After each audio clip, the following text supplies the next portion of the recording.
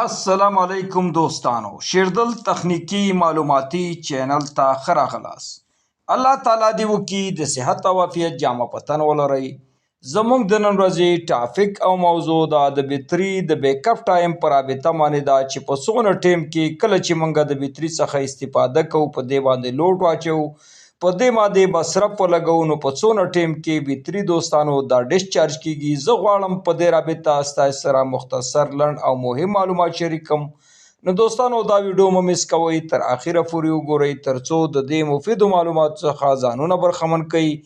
نو دوستانو راځو ټاپک او موضوع ته. کله چې موږ د خپلې بیټري ډسچارجینګ ټایم معلوموو چې په څومره سرعت او په څومره وخت کې زموږ بیټري ډسچارج کیږي، د بیټرۍ د ډسچارج معلومولو لپاره مونږ درې شیانو ته اړتیا لرو چې دا معلوم کو. د دې نه وروسته د بیټرۍ ډسچارجینګ ټایم معلوم کو چې عبارت دی. اول باید مونږ د بیټرۍ پاور ریټینګ معلوم کو چې مونږ څو امپیره څو ای ایچ بیټرۍ لګولې ده.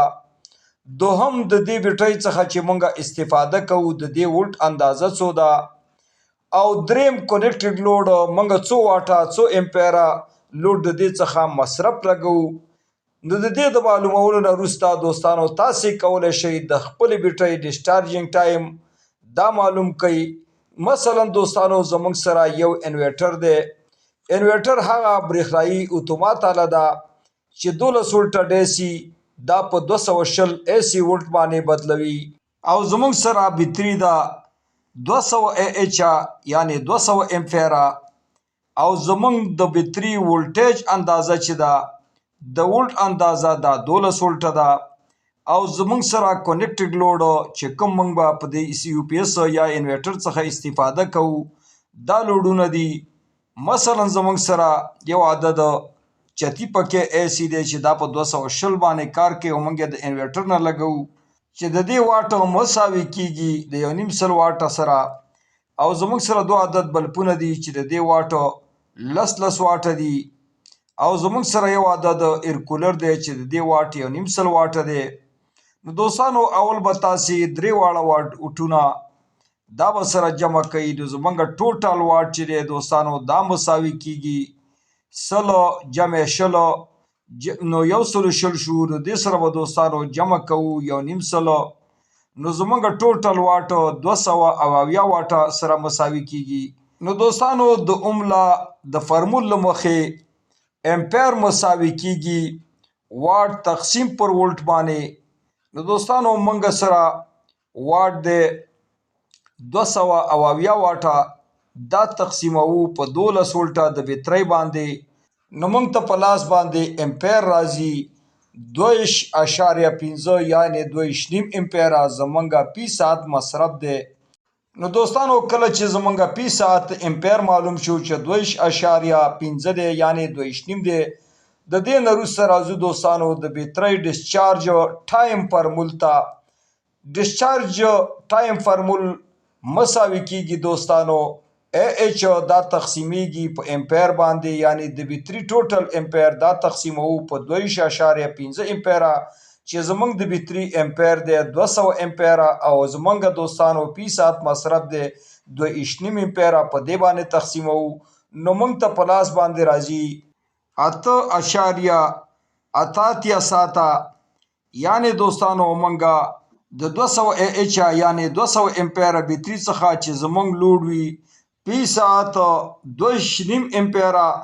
نو دوستانو موږ د 200 ای ایچ بیټري څخه 8.88 ساعته استفاده شو کولی یعنی موږ د دې څخه 8.5 ساعته استفاده شو کولی تر دې چې بیټرۍ فول ډسچارج شي.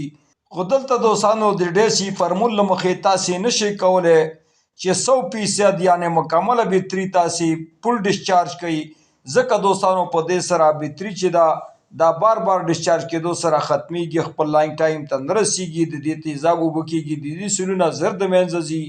نو دوستانو د ډي سي فارمول له مخې تاسې کولی شئ خپلې بیټرۍ نه 80% یا 90% ډسچارج کوئ. خو کوشش وکړئ چې فل بیټرۍ نه دا ډسچارج نه کوئ ترڅو ستاسې دپاره بیټري چې دا لاین ټایم ډېر ټایم لپاره کار او استفاده ترې وکړئ او ستاسې سیلونه او تیزاب د بیټرۍ دوستانو دا زر اوبه نشي، زر خراب نشي، زر کراس نشي.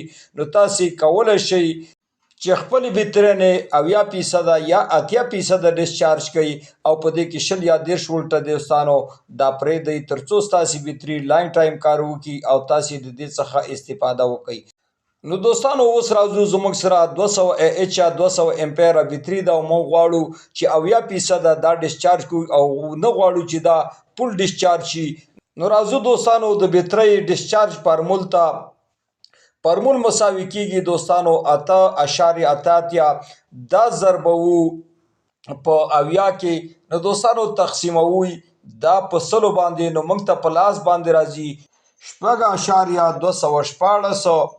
نو دوستانو زمونږه 200 ایچ بیټرۍ ده او بنګه لوډ دی دوستانو 270. نو موږ د دې څخه استفاده شو کولی 6 ساعته او 2.5 منټه.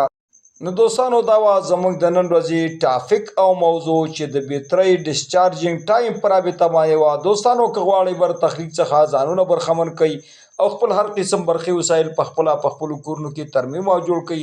نو دوستانو که زما چینل مو نوي سبسکرایب کړی زما چینل سره سبسکرایب کړئ او که دا ویډیو مو خوښ شوي در سره لایک او شیر کړئ د خپلو ملګرو سره.